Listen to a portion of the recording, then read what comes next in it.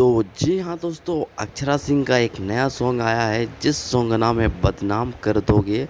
यानी कि वो हमेशा इस टाइप का गाना गाती है जहाँ कहीं ना कहीं वो पवन सिंह का ऊपर ना चाहते हुए लोग भी शक करने लगते हैं। उनके मन में इस तरह का भावना आता है कि ये सॉन्ग पवन सिंह के लिए गाया गया है। तो ज़रा अब सुनिए पहले पवन सिंह का किस तरह गाए थे वो।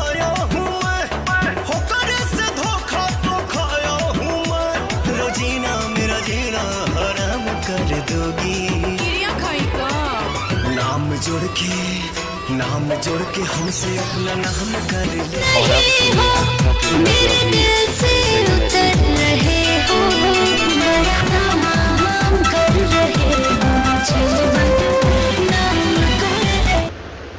तो आपको क्या लगता है ये गाना पवन सिंह को टारगेट करके गाया गया है या फिर वो इस तरह से गाती है जिसकी वजह से उनको व्यू मिले? तो आपके क्या कहना है प्लीज़ कमेंट करके ज़रूर बताइएगा।